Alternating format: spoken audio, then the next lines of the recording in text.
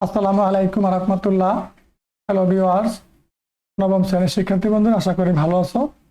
তোমাদের অর্ধবার্ষিক পরীক্ষা সামনে রেখে বাংলা প্রথমত বিষয়ের উপর আরো একটি চমৎকার ক্লাসে তোমাদের সবাইকে স্বাগতম। তোমাদের সুবিধার্থে আমি প্রশ্নের উত্তরটা কারেকশন করে দিয়েছি। জাস্ট তুমি এখান থেকে দেখে নিলেই হবে, আলাদাভাবে সময় নষ্ট করে আর বই খুঁজে পড়তে হবে না।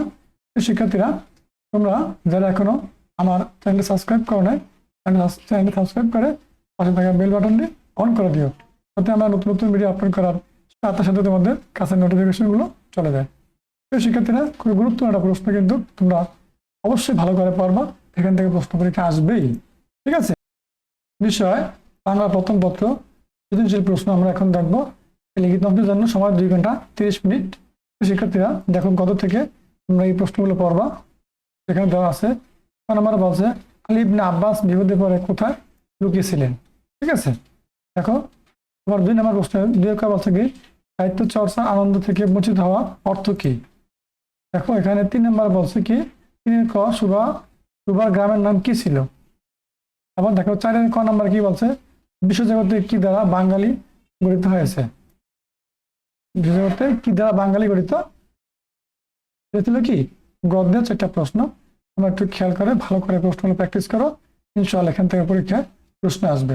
ঠিক আছে, আবার দেখো কবিতা অংশ কি কি বলছে।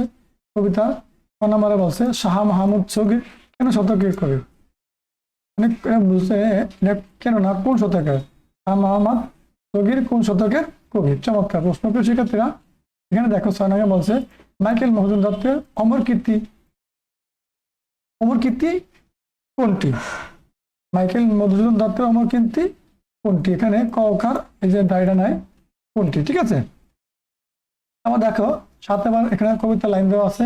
7 কয় বলছে মানব মনের সুখ দুঃখ নিয়ে সঙ্গীত রচনার উদ্দেশ্য কি। শিক্ষার্থীরা 8 কয় বলছে কি খেয়াল করো, আমি টপিকটা বললাম না। 8 ক বাদশাহ বাবর ব্যাঘ্র কণ্ঠে কাদের ডাকলেন। এই ছিল তোমাদের সৃজনশীল প্রশ্ন 8টা। এখান থেকে তোমরা ফার্স্ট অ্যান্সার করবা। দেখো সংক্ষিপ্ত প্রশ্ন, এই যে গদ্য অংশ থেকে 8টি, কবিতা অংশ থেকে 7টি করে মোট 15টি প্রশ্ন থাকবে। যে কোনো 10টি প্রশ্ন উত্তর দিতে হবে।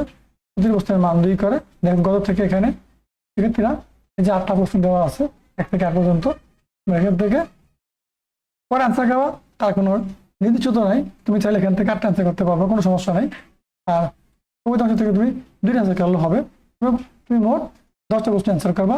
এখানে বসে দেওয়া আছে কবিতা থেকে 8টা, দেখো 9 থেকে 15 পর্যন্ত 7টা প্রশ্ন দেওয়া আছে। শিক্ষার্থীরা, তাহলে তোমরা এই গুরুত্বপূর্ণ প্রশ্নগুলো এখান থেকে দেখে প্র্যাকটিস করে আশা করি অথবা ফোন করার সম্ভাবনা আছে। তাহলে পরবর্তী ভিডিও দেখার আমন্ত্রণ জানিয়ে আজকে এখানে শেষ করছি। আল্লাহ হাফেজ।